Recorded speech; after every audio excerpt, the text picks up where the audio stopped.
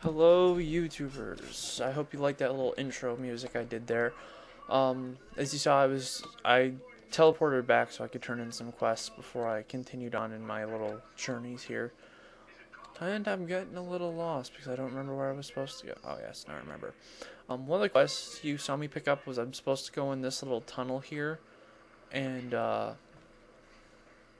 complete the quest to do it, but I've done a character for the Horde before in this area, and I've learned that that's not the best choice to do, is do one at a time. There's another quest you gotta do that takes you in there anyway, so I think I'm gonna see if I can, once you finish off these familiars, you get the quest for it. So that's what I'm gonna do. Oh, and the skills I got were Aspect of the Monkey, which increases your dodge rate by 8%. It's not much right now, but as you go through later on, as your agility goes up, you're gonna find that having a very high dodge rate helps, because these dudes won't be hitting you as often, and because you have decent armor. Leather is the middle armor in this game, but seeing as how you'll have leather armor, you should be fine. I mean, a high dodge rate plus leather armor means you're pretty tough. The other thing I got was Serpent Sting. It's your first bow move, and it basically poisons your enemies. Higher levels is a stronger dose of poison. Best way to describe it. I had to buy some. I wanted to buy some more arrows just in case. You buy arrows in 200-point sets. They're pretty cheap. I mean, mine were like 9 copper, I think. I think I did that on screen. I don't remember which though.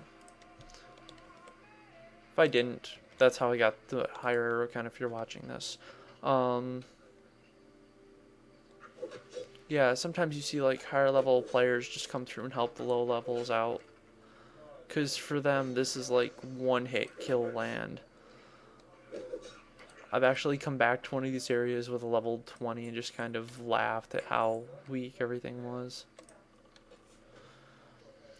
Poisoned arrow, the serpent shot's going to be useful no matter where you go, because it's 4 damage every 3 seconds, and when you're fighting things that are higher level than you, if you can get it to hit, it's pretty helpful. Wow, this one's already done. Oh, I forgot I killed a bunch of my last one. I don't remember what part this is. I don't remember what I'm doing. I just remember that I'm trying to get to level 10 with these guys.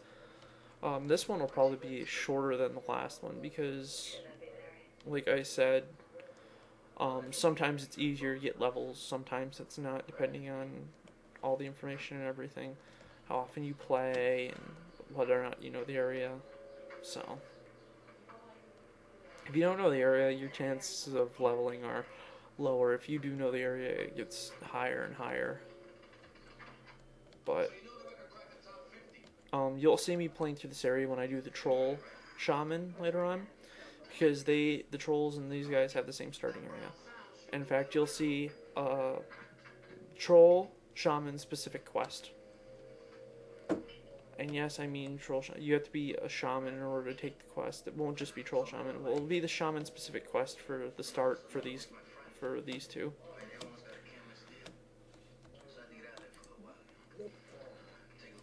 Yay, better hatchet. Blah, blah, blah. Yep. And now I can have fun. We just have to go into that cave.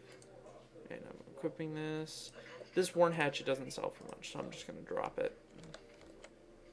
It's the fastest way. It just sells for like 1 to 2 copper. Not worth it. And I hit level 5 too, which is kind of helpful. Yeah, this is the person you come talk to if you need arrows, or if you've got a gun, talk to them and they'll give you ammunition. Bowyers do the same thing. It's just these guys are usually easier to find. The general goods people, they have all the stuff too. Usually the same price. But now we have to go back to where those little familiar dudes were, and there's a cave in there that we need to visit.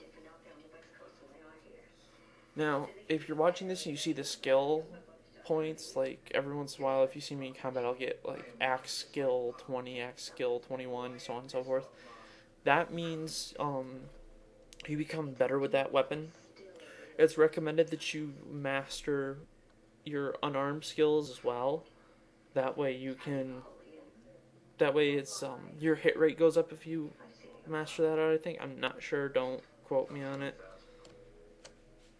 because I think one of my friends told me that. I'm not sure if it's true, but you have that, and with your weapons, as they go up, you can deal more damage. So it's basically just a huge damage boosting system.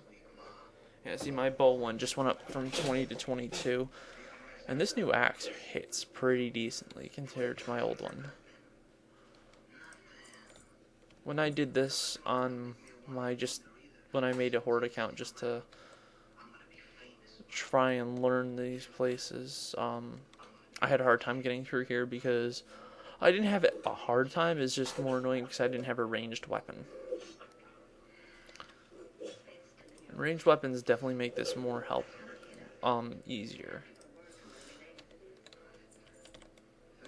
My recommendation is that if you're a first-time player, you want to go with don't go with a weak class. I mean, I'm not going to diss any classes by saying this, but I know if you're first starting out, you don't want to go with the low health class like mages and warlocks and priests and such, because you're going to run into some problems where your health is going to drop before you can actually do a lot of damage. I'd recommend personally, I recommend doing a hunter as your first character, just because it's a bit easier and because they're pretty well defined. I mean, they're not weak, but they're not totally overpowered that you can just destroy everything in the area. Rogues are also pretty decent. They can take on 2 or 3 guys at the same time without facing many issues.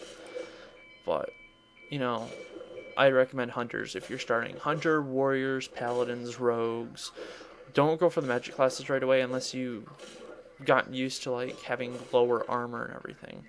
Because you, as you see now, I'm getting hit really low on these guys. But when you do this with a low armor class, like a mage or something, they hit really hard. I'm going to end this video here. I will see you all later. Thank you, and goodbye.